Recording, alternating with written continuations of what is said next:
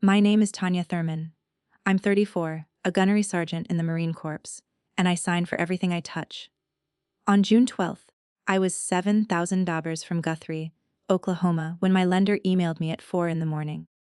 3 credit lines had been opened in my name while I was deployed. My sister opened them. My mom helped her do it. When I finally got my mother on the phone, she didn't apologize.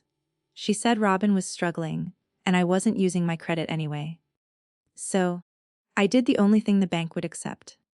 I filed the police report, not to punish anybody, just to get my own name back. 11 days later, my mother called me screaming about something I hadn't even known was coming. And that was the easy part. Welcome back to Hidden Family Revenge. This is the channel where quiet people finally say the thing out loud, and where the paperwork nobody wanted to read turns out to be the only honest thing in the house. If you have ever been the one your family counted on without ever asking you first, stay with me. Drop a comment and be sure to subscribe. Camp Kinser sits on the west side of Okinawa, in a strip of warehouses between the highway and the sea. I ran a supply section there for 6 months. My job is Supply Administration and Operations Chief. Stripped of the title, it means I count things and I sign for them. On paper, I held a CMR, which is a Consolidated Memorandum Receipt. It is a list of government property, with exactly one person's name at the bottom of it. Mine came to just under $4 million. Generators, pallets of camouflage netting, ratchet straps by the case in a container that smelled like hot rubber every afternoon by 10. My rule was simple, and I never once bent it. If my name is on it, I can walk you to it. I could tell you which pad the generator sat on, and which pallet the netting came off. Marines used to joke that I would inventory the ocean if somebody handed me a clipboard. I took that as a compliment because it was mostly true. Okinawa runs 14 hours ahead of Guthrie. My breakfast was my mother's dinner from the day before. And every call I made home was a small act of arithmetic. I got good at it. I could tell you what time it was on Noble Avenue without looking, the way some people always know where north is. Every month since April of 2018, I sent 600 home by allotment. That is an automatic deduction. The Marine Corps takes it before the rest ever reaches me. My father died that March. The first allotment went out 3 weeks after the funeral, and I never turned it off. The 87th one went out on the 1st of June. A 57,200 if you add it up, and I never did. I inventoried everything I touched for 16 years. I never once asked what that money paid for. The house was 1180 square ft of brick on half an acre on Terrapin Lane in Hubert, North Carolina. That is 20 minutes from my permanent duty station at Camp Lejeune and about 1,000 miles from anybody who shares my last name.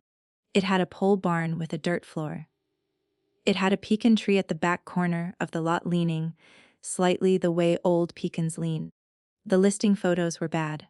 I made an offer anyway. I was buying it with a VA loan. That is the home loan benefit you earn by serving.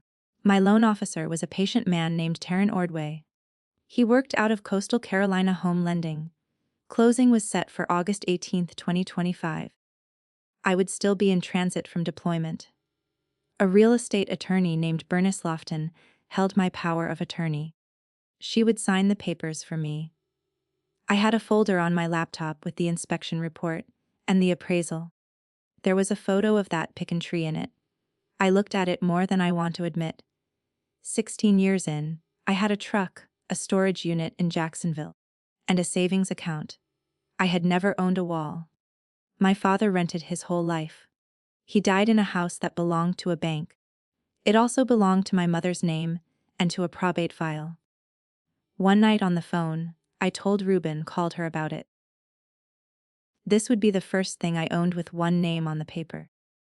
Then I stopped talking because I heard how that sounded, and I didn't like how much I meant it. Ordway called it a clean file. He said underwriting would do one last credit pull before the commitment letter came out. Standard practice. Nothing to worry about. He said it the way you say a thing you have said 400 times. I wrote the date down anyway because that's what I do. 2 weeks before the email. I ran a joint inventory with the section I was taking over from. That is a slow, dull, unglamorous ritual. Torthaig snorts. Two people walk a warehouse with a list and touch every line on it. On the second day, we came up short. A generator set was missing 2 of its supporting items. The small components that are supposed to travel with the machine, a cable and a tool kit, not a fortune, a few thousand, maybe. The Marine who signed before me had rotated home in April. The paperwork, though, had already rolled over. The list had my name on the bottom of it now. Staff Sergeant Reuben Calder was standing next to me with the clipboard, and he said what almost anybody would say. "Sign it, Gunny. It's 4 line items on a machine nobody's touched since March. In 6 months it'll clear itself." He wasn't being lazy. He was being kind in the way people are kind when they want to spare you a paperwork winter. I told him to pull the forms for a lost property investigation. That meant a formal report, statements, a review by an officer, and a determination of whether I was financially liable. It meant my name attached to a discrepancy in writing on purpose, where anybody could read it. It slowed my whole section down for 2 weeks. It also put a small ugly line in my record. A board could see that line someday. Calder asked me why. I told him the thing I had been telling Marines since I was a corporal. You sign for it, or you don't. There's no third column. He laughed because it sounded like a slogan. And I let him. It wasn't a slogan. It was the only rule I had that had never failed me. 3 months later, I found out where I had built my own third column. I also found out how long I had been filling it. The email came in at 40:30 in the morning on June 12th. I was awake because I am always awake at 40:30.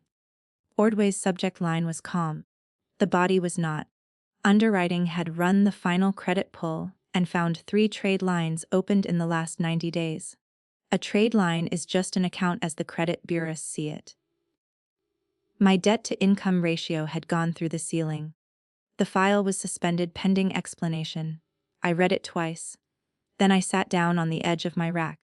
I pulled my own credit report over the morale Wi-Fi. It took 11 minutes and dropped twice. Sooner Plains Federal Credit Union, a signature line of credit 9/400, opened March 14th. Halbrook's Home Center, a store card limit 6,200 balance 5,980, opened April 2nd. Century First Bank, a credit card limit 11,500 balance 9,500, opened May 9th. 24th 880. 2 of the 3 were 60 days past due. I want to tell you that I felt something dramatic. What I actually felt was the specific flat calm I get during an inventory when the count comes up wrong. You stop. You don't argue with the number. You go find out where the number came from. So I scrolled down to the identifying information block, the part nobody reads. Then I looked at the address of record on all 3 accounts. 1114 East Noble Avenue, Guthrie, Oklahoma. My mother's kitchen, the house with the chest freezer on the back porch, and the storm door that sticks. Somebody had opened 3 accounts in my name, and they had not even bothered to invent a place to send the mail. Here is what I did before I called anyone. I opened my selection folder. 6 weeks earlier, my name had come out on the slate for Marine Security Guard Detachment Commander. January 2026 Class Quantico. That is the program that runs the security detachments at American embassies. Getting picked is not a small thing. It is a billet. That means special duty outside your regular occupational field. In my career field, it is the door you walk through. Without it, you are not competitive for Master Sergeant. It is also the most financially invasive screening in the Marine Corps. They look at your credit like a bank looks at a stranger. There is a whole framework for it in the security clearance world, a set of guidelines, and the financial one is not subtle. Delinquent debt is treated as a vulnerability because people who owe money can be leaned on. On top of that, clearances are not reviewed once a decade anymore. They are monitored continuously by automated systems that pull records and flag them. Has snorts 2 accounts at 60 days past due heading toward charge-off would eventually surface on their own. I also knew precisely that I had a duty to self-report significant financial problems when they arose, not when convenient. When they arose, I closed the folder. I told myself I would report it once I had the full picture. Once I knew whether it was fraud or a clerical horror. Once I knew whether I could fix it in an afternoon. That sounded professional. It sounded like judgment. I said the word data out loud to my empty room, like a person building an alibi. It took me 6 weeks to admit what I was actually doing. I was waiting to see if the problem would disappear on its own. I was hoping it would go quietly before anyone official knew it existed. I called at 9 that night, which was 7 in the morning in Guthrie. Robin didn't pick up. I called again 11 minutes later. It rang once and went dead. That is what a phone does when somebody presses the side button. Then it went straight to voicemail and stayed there. So, I called the house. My mother answered on the second ring, cheerful in the middle of her own sentence, the way she always does. She asked if I was eating. She said the commissary over there probably didn't have decent tomatoes. She told me about a hailstorm that came through on the 9th. It put dents in the hood of Robin's car. She told me about the Kirkland's roof. She told me about a woman at church. I have never once been able to place the name. I let her run. I have let her run my whole life. Then I told her I had been going through my credit report, and I read her the 3 names. Sooner Plains, Halbrook sent first. I read the dates. 2. There was a silence on that line that I could measure. Not a gasp, not a what. 3 full seconds of a woman deciding which sentence to use. Then she said very evenly, "We'll talk about that when you're home." That was it. She didn't ask how that could have happened. She didn't say, "That's not possible." Or, "Somebody's stolen your information." Or, "Oh my God, honey." She moved to the next thing on her list, which was whether I'd been to see about my knee. My mother is a warm woman. She remembers every birthday in a family of 31 people. That morning, I read her 3 creditors and 3 dates. The most frightening thing in the world was that she was not surprised. Opel Vance called me back at midnight my time. She is my father's older sister, 71, and she has never in her life let a phone ring more than twice. I asked her a narrow question because narrow questions are the only kind that work in my family. I asked what was new at Robin's place. She told me about the furnace, new unit put in the first week of April. New flooring through the front room. Robin had told everybody that Tanya was helping with it. Opel said that last part. Then she stopped in an odd place in the middle of the next sentence. She asked me whether it was still that awful humid over there. I let her change the subject. I have thought about that pause more than almost anything else in this story. Then I did what I do, which was work the problem like a movement plan. Emergency leave exists for a death, or a grave illness, verified through the Red Cross. Credit fraud is not on that list, and it should not be. My legal office on the island could notarize a document. But the credit union needed a sworn affidavit and an identity theft report. That report had to be filed where the accounts were opened. That is Logan County, Oklahoma, not Okinawa. Not by facts. I could not walk into a branch. I could not sit down across a table from my sister. I could not drive 6 minutes to my mother's house. I could not stand in her kitchen and make her look at me. That kitchen was the only place this was ever going to be decided. I had 39 days left on that island, 39 days of watching a thing burn from a distance where you cannot even smell the smoke. Robin picked up 4 days later on the 17th. She did not say sorry. She gave me a status report. She said 2 payments had gone through already. She said Marcus was getting a bonus in September. She was going to catch up the Century First card. Then she would start knocking down the credit union. She said the word "we" a lot. She used a tone I recognized from her 10th grade progress reports. She was not scared of me. She was managing me. Then she said the thing that told me exactly what house I grew up in. She said, "Just let me handle it. My little sister is 31 years old. She has worked the bakery counter on and off for 9 years. She has started and folded 2 small businesses. Both times somebody quietly ate the loss. She talks about her own life in the passive voice. And once you hear it, you cannot stop hearing it. The card got opened. That happened back in March. It ended up going through. Nothing in her account of the last 90 days had a person doing it. I asked her a direct question. I asked who put my social security number on the application. There was a pause, and then she sounded almost puzzled, almost relieved to have a clean answer for me. She said, "Mom said it was fine." So, it was not a secret. It was not a scheme cooked up at 2 in the morning by a desperate woman with a stolen envelope. It was approved. Somewhere in my mother's kitchen, my consent had been discussed and granted by someone else on my behalf. I got my mother back on the phone that Sunday. I had written out what I was going to say, which tells you something. I did not need it. She answered the question before I finished asking it. She answered it the way you explain an oven to a renter.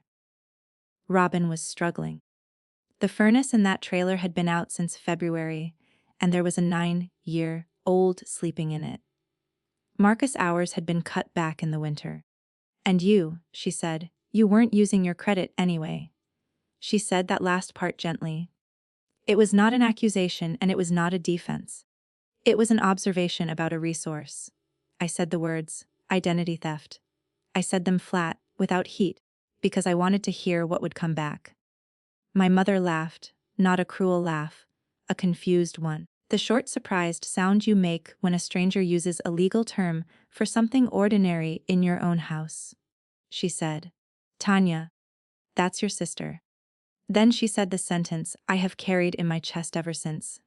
She said it kindly, like she was reminding me of a family recipe.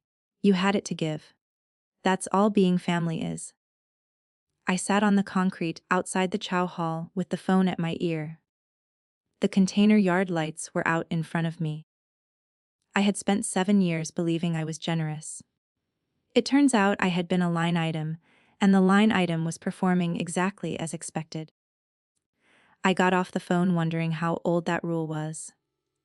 I wondered who else in that house had lived under it before me. There is a bank of phones in the corner of the chow hall for people calling the States. For 4 nights, I stood at the end of it with a notepad. It was the middle of the night my time. I was working the American Business Day. I called Sentry first. A polite young man in a call center explained that they could not open a fraud investigation without a completed fraud affidavit. I asked what the affidavit was. He read it to me. It is a sworn statement signed under penalty of perjury declaring that a specific person used my identifying information without authorization. He said it also had to be accompanied by an identity theft report from law enforcement. I asked if there was a version of this where nobody got reported. He was quiet for a second and then said, "No, ma'am. Not one that removes the debt." So, I priced the other way out. The 24th Eddie 80 was almost exactly my down payment and my closing costs and my cushion for a new roof someday. I could pay it. I could pay all of it in one wire and be a woman with no house and no savings and my mother's approval. Then I read further and found the last joke in it. Paying the accounts would not remove them from my credit report.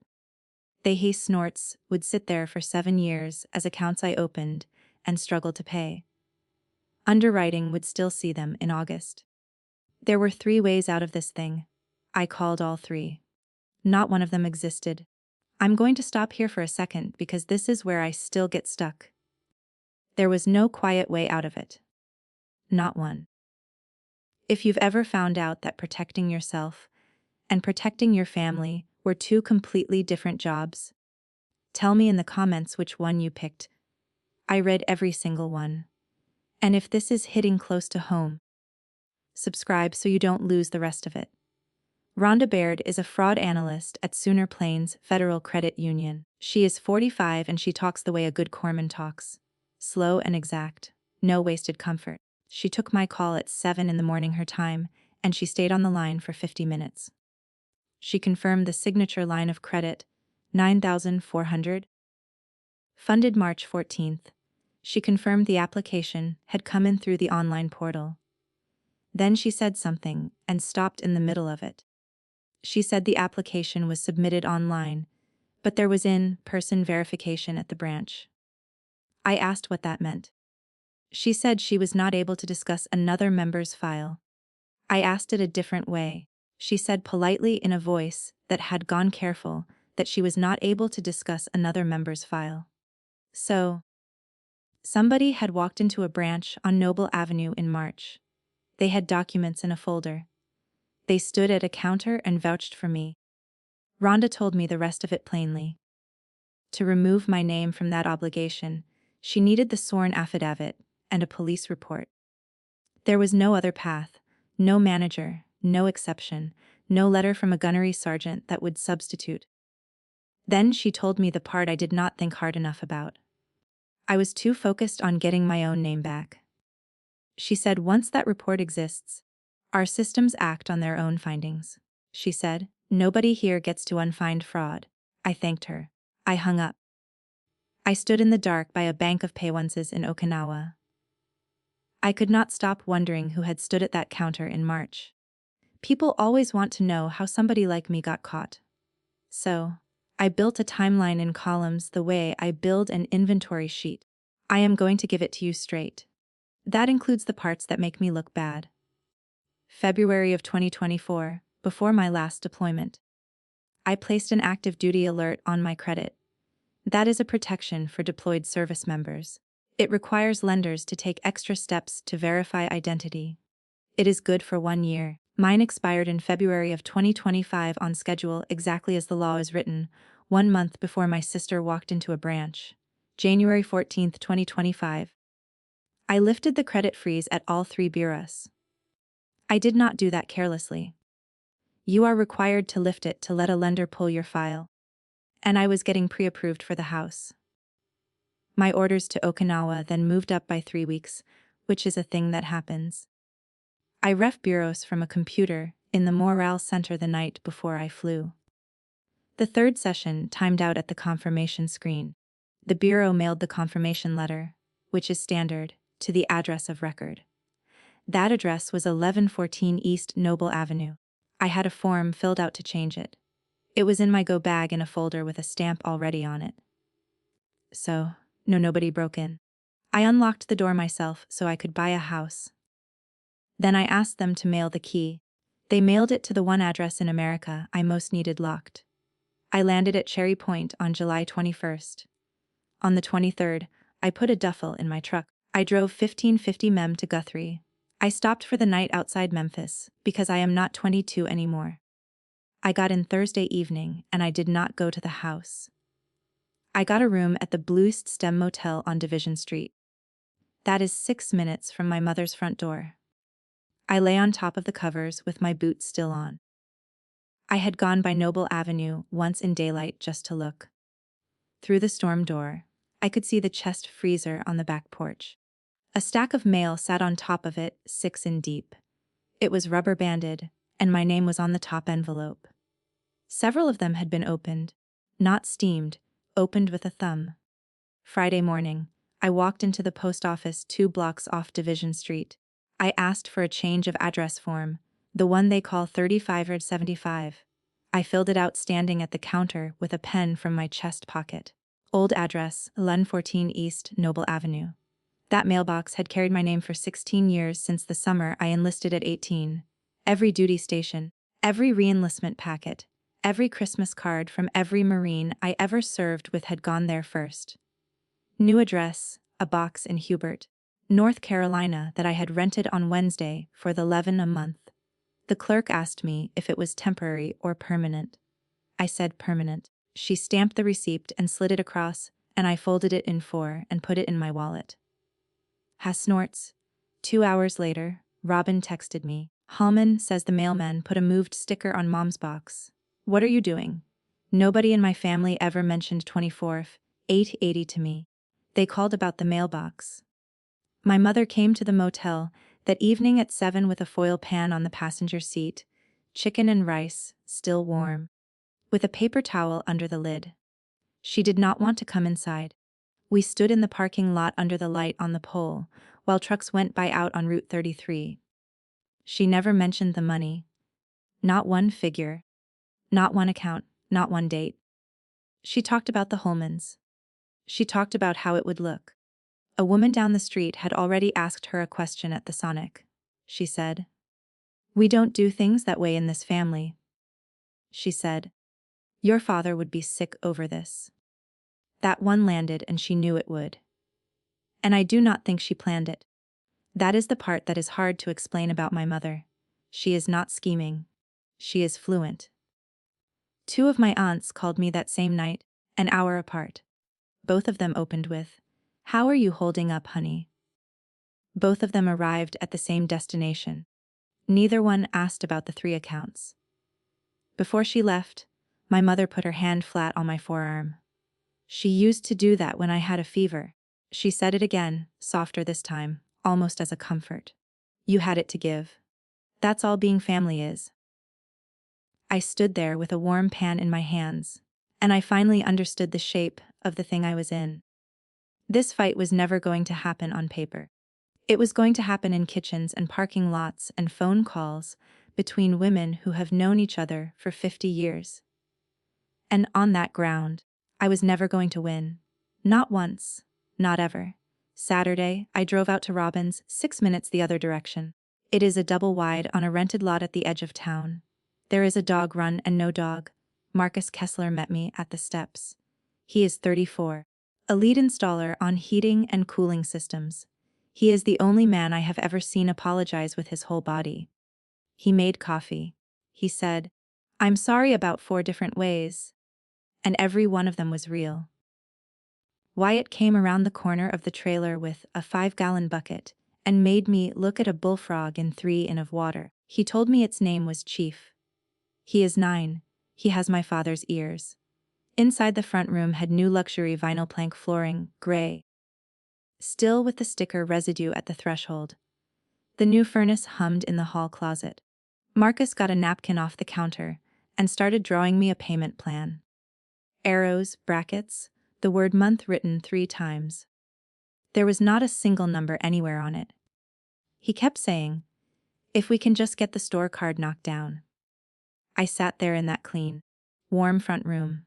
A kid's frog bucket dripped on the step outside. I came within about 4 seconds of taking that napkin. I almost folded it into my wallet next to the post office receipt. Then Marcus said half to himself, staring at the arrows, "I told Robin not to use my terminal." He stopped. He looked at me. Then he looked at the wall. He did not bring it up again for the rest of the afternoon. I did not ask. I should have asked. That sentence cost that man everything he had, and it took 11 more days to do it. Ordway called Monday at 9 his time. He was still kind about it, which somehow made it worse. Underwriting had reviewed the file and would hold it open for 10 business days. In that window, I needed either the trade lines removed from my report or a formal fraud case on record with the creditors. My rate lock expired August 15th. Closing was August 18th. He said, "I've seen these go both ways. Gunnery Sergeant." He said it the ways a doctor says most people do fine. I drove to the credit union that afternoon and asked for Rhonda Bed. She came out to the lobby. We sat at one of the little round tables by the window. I asked her the only question I had left. I asked if there was a version of this where no police report ever got filed and my name still came off the note. She did not sigh, and she did not perform any sympathy at me, which I appreciated more than I can tell you. She said, "I can't unring it without the report. I'm sorry." Then she said, "And take that as a real apology, not a script." I walked out through the double doors into that white Oklahoma light and got in my truck and put my hands on the wheel. I sat in that parking lot for 40 minutes and never turned the key. A woman came out and loaded a car seat into a sedan 2 spaces over. A man walked past with a deposit bag. And I sat there doing the arithmetic on the only remaining road, which ran directly through the front counter of the Guthrie Police Department. On July 31st, I walked into the Guthrie Police Department at 8 in the morning. Detective Nidita Coyle came out to the front counter. She took me back to a room with a table and 2 chairs. There was a poster about bicycle registration on the wall. She is 39. She did not offer me coffee. She did not tell me she was sorry. By then, that was the kindest thing anybody had done in a month. She had me go through it line by line, and I gave her all of it, including the columns that made me look like a fool. That I lifted my own freeze. That I let my active duty alert expire. That I never changed my address. That I sent $600 a month to that house for 87 months and never once asked for a single receipt. Coyle wrote it all down without a flicker. When we got to the end, she turned the statement around. She put her finger on the signature block. She said, "I need you to hear something before you do that. Once this is a report, it belongs to the county, not to you." She said, "You can't call me in a week and take it back." I asked her if people try. She said all the time. My father's sister's voice was in my head. So was my mother's hand on my forearm. Underneath both of them was my own voice from a warehouse in Okinawa. You sign for it, or you don't. There's no third column. I signed. I drove back to the Blue Stem, and slept took 11 days for me to find out what I had actually signed.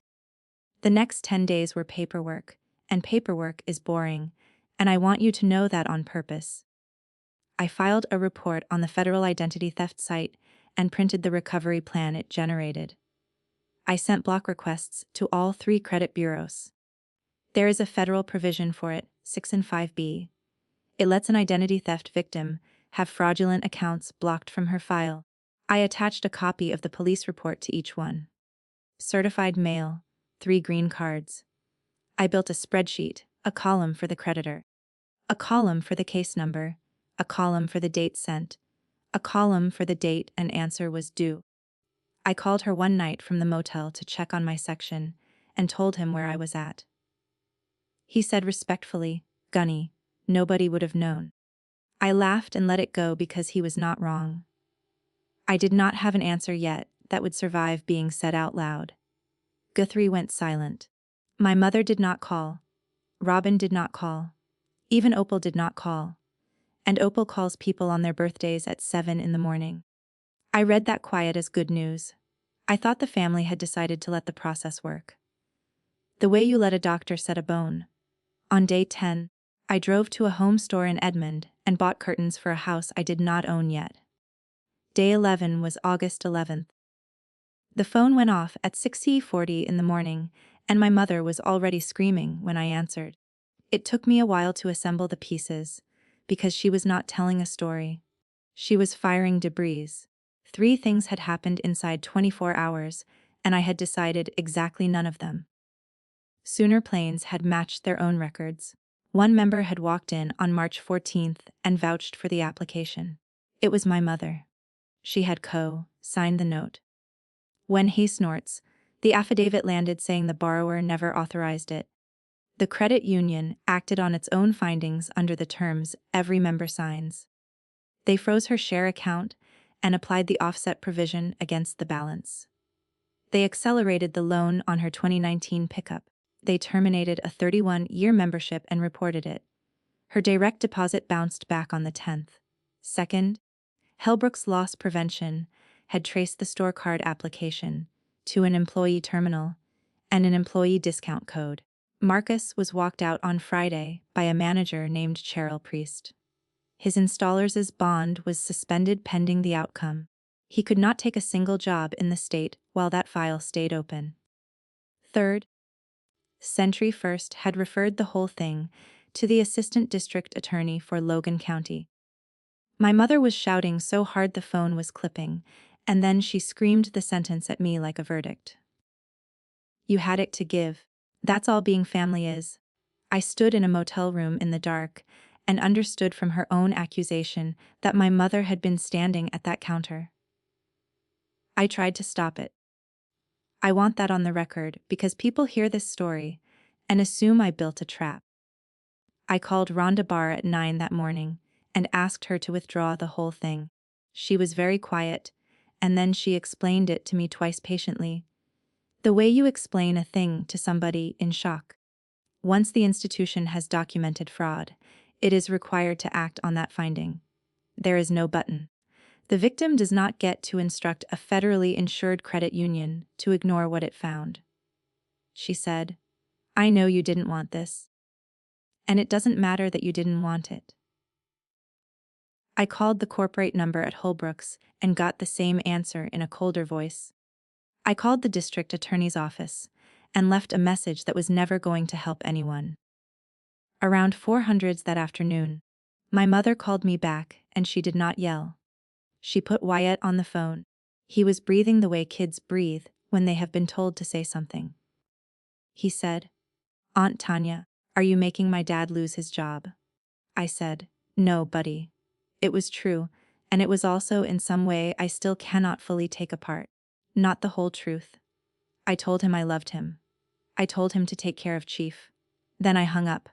I sat on the end of that motel bed. The light outside went orange. For the first time, I did not know if I was right. Day 11 is the part people always ask me about. I didn't build that. I only wrote down what was true. And the truth kept its own schedule. If you've ever been blamed for a consequence you never chose, you know exactly what that phone call felt like. Comment day 11 and I'll know you've been there. Subscribe, because what they offered me next was worse than the screaming. Ordway called on August 14th at 11 in the morning. I was in the motel parking lot with the tailgate down, eating a gas station sandwich. He had the fraud documentation. That part had worked. But all 3 trade lines were in active dispute rather than removed. The credit union account was flagged under a litigation hold. Underwriting could not clear a file in that condition. The commitment was withdrawn. My rate lock expired the next day. The sellers took the backup offer on August 20th, which I know because I looked once, which was a stupid thing to do. Bernice Lofton mailed my power of attorney packet back to me, unused. There was a short note in blue ink. She was very sorry, and I should call if I tried again. The appraisal and the inspection and the survey came to $1,340, and none of it comes back. I stood there in the heat with half a sandwich in my hand. Then I got out my phone and opened the folder. I looked at that leaning picken tree. Then I deleted the photo. I know myself, and I would have kept opening it. Everybody assumes the worst moment was my mother screaming at 6:40 in the morning. It wasn't. It was an email 4 lines long from a polite man in Jacksonville. The first thing I ever tried to own by myself was gone. I was back at Lojan on August 25th.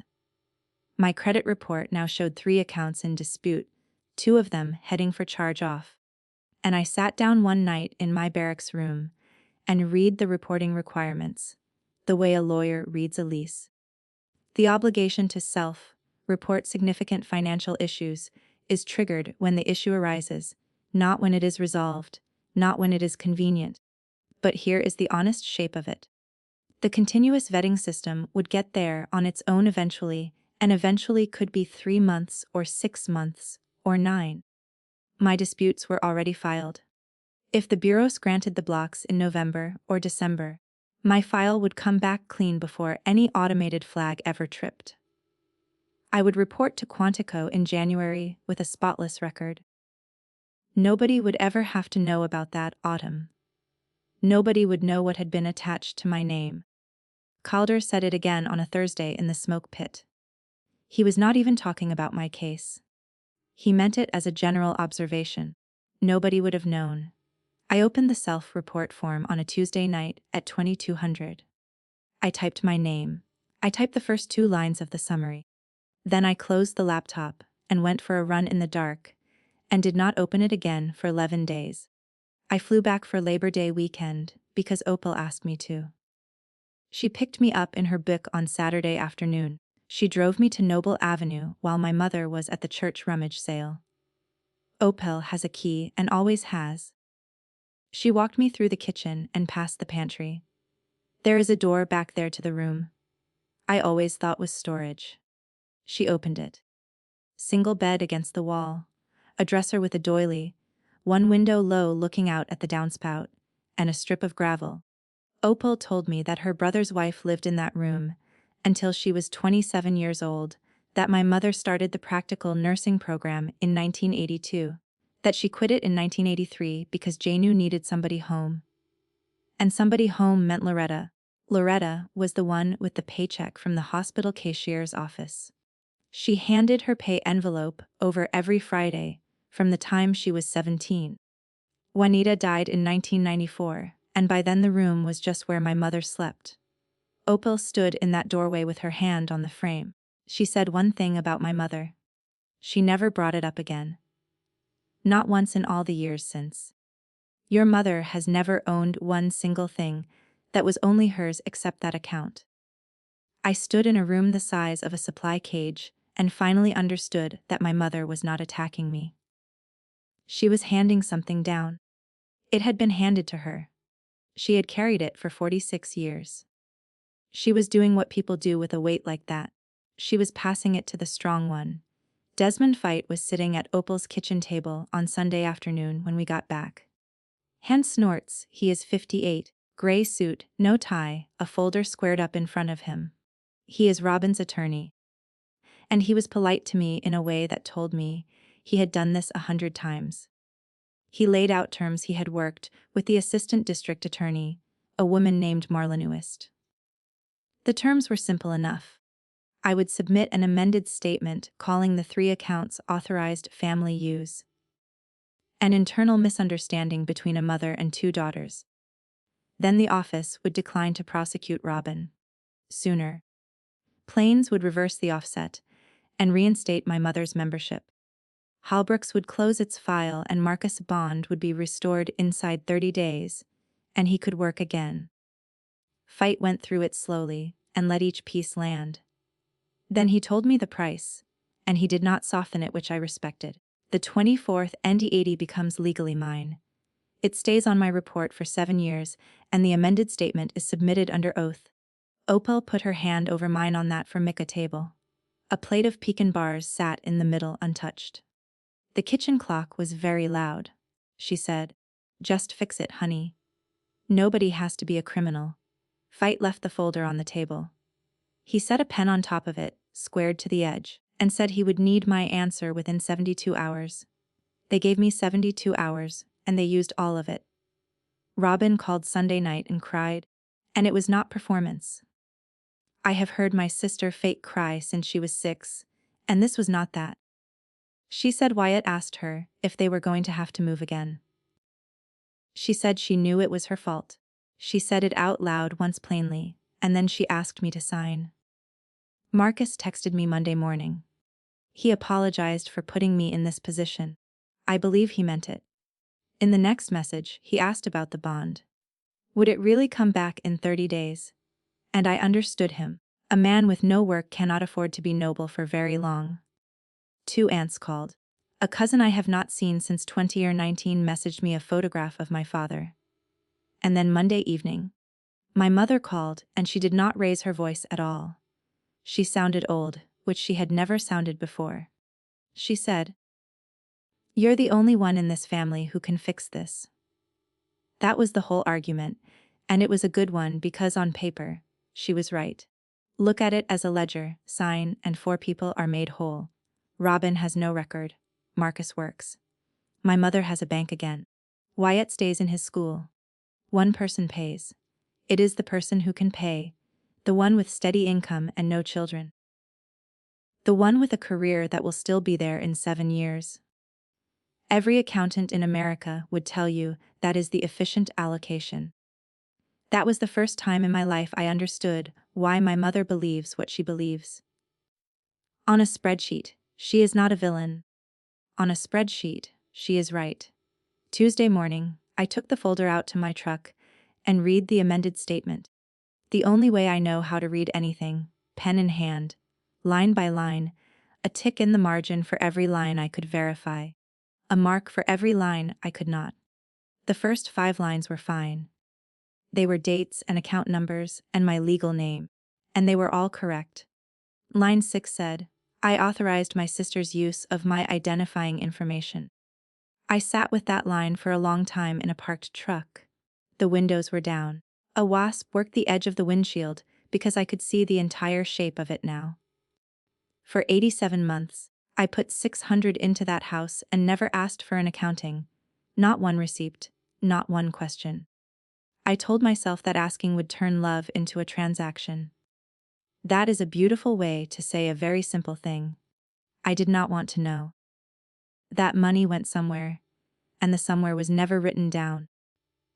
I had built a place in that family where the difference could go, so that nobody ever had to file a report. 3 accounts in my name were not an accident. They were the logical result of a column I opened in 2018 and never once closed.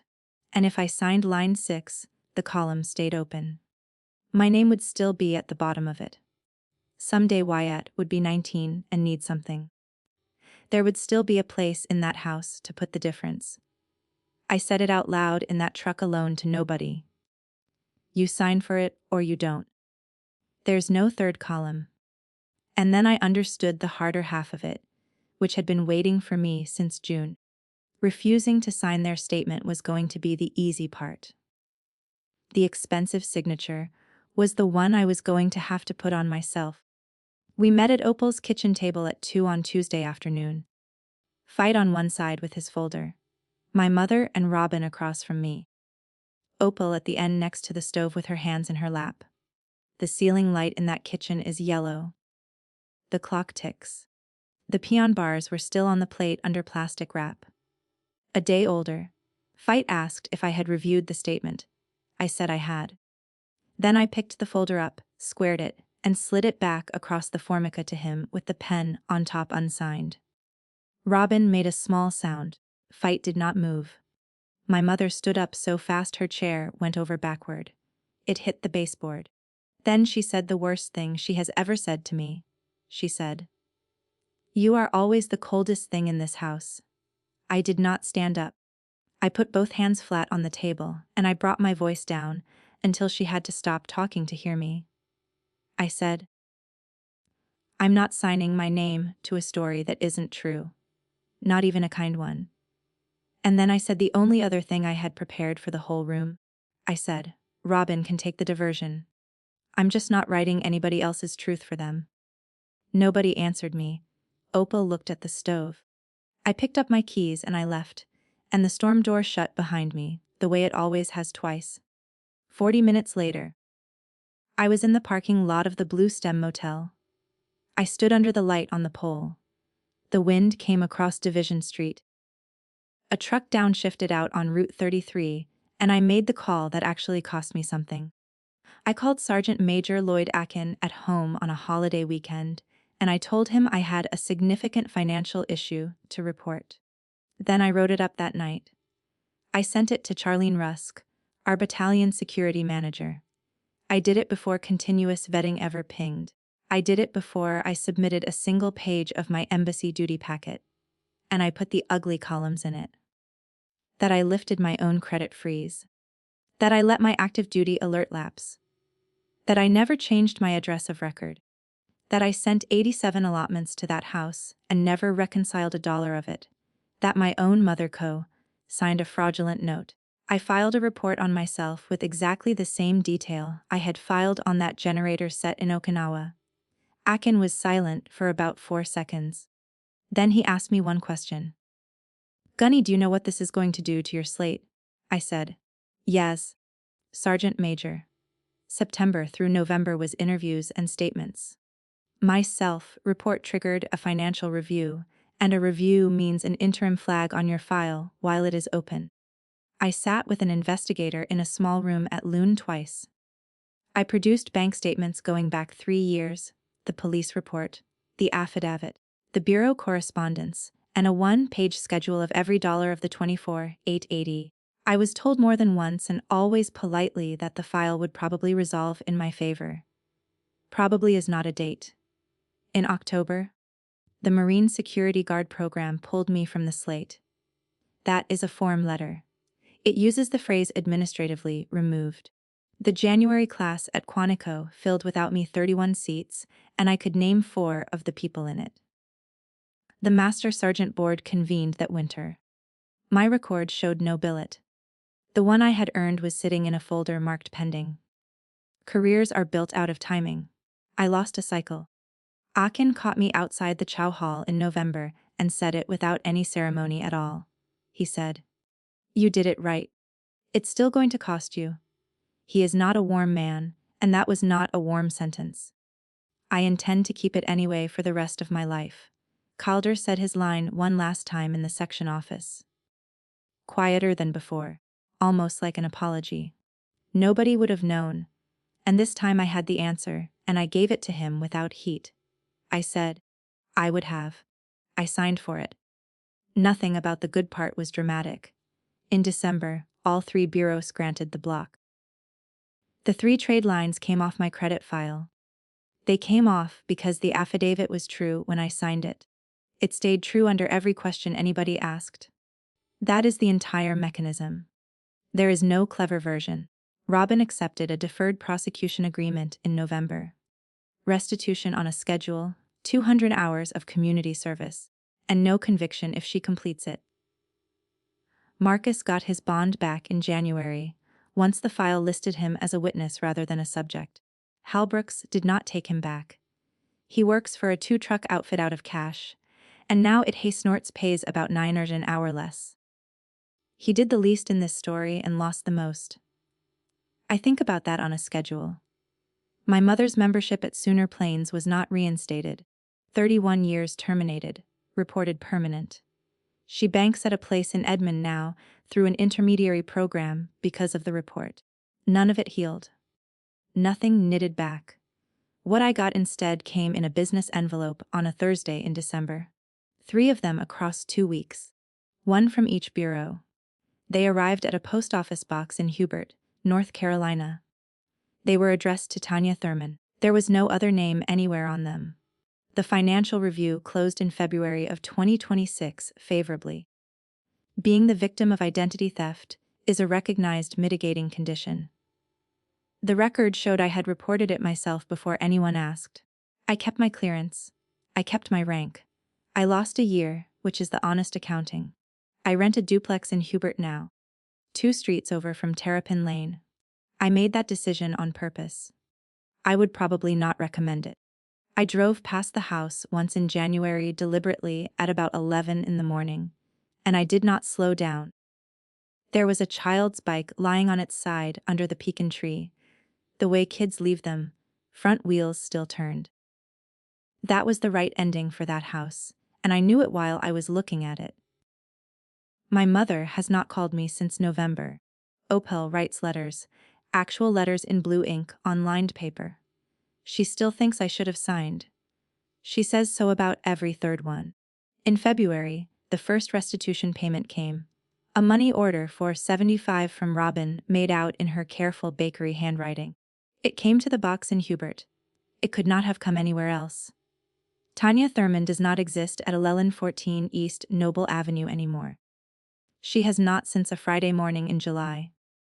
A clerk asked me a question at a counter, and I answered it. I looked at that money order for a long time. Give 75 against 24 of 880. She will be paying it when Wyatt is in high school. I deposited it. Then I wrote her a receipt and mailed it back. I am not running an account in this family that nobody writes down, not even a kind one. I told Opal where I stand, and I told it to her once, so nobody could say later that I was vague. I will come to Wyatt's 10th birthday, if it is at her house, and not on Noble Avenue. I will bring a present, and I will stay for cake, and I will help carry chairs out to the garage afterward, and I will never again send money to anyone in that family for any reason ever. I will be the aunt who shows up. I am not going to be the account. I know exactly what that does and does not fix. That rule in my mother's house is older than she is. It did not die because I refused to sign a paper in September. She will appoint somebody else. It might be Opel, who has already started paying my mother's phone bill and has not told anybody. It might be Wyatt in about 15 years when he turns out to be the steady one. I cannot delete a thing like that. I could only take my own name off it. In January, The memo came down on the generator set in Okinawa. Relieved of liability. 2 items formally recorded as lost. File closed. I pinned it to the side of my file cabinet at work. 11 months start to finish to get one name written down correctly. Last week I was paying for coffee in Swansboro. A folded square of paper came out of my wallet with the bills. It landed on the counter, soft at the creases, furred at the corners. The ink gone gray. It still says permanent. I folded it back along the same fourfolds and put it where it lives. A family that quietly appoints one person as its safety net will always call the day she stops falling a betrayal, and she will still be the one who has to write it down. That's my story. 11 days, one signature I wouldn't put down and one I put down on myself instead.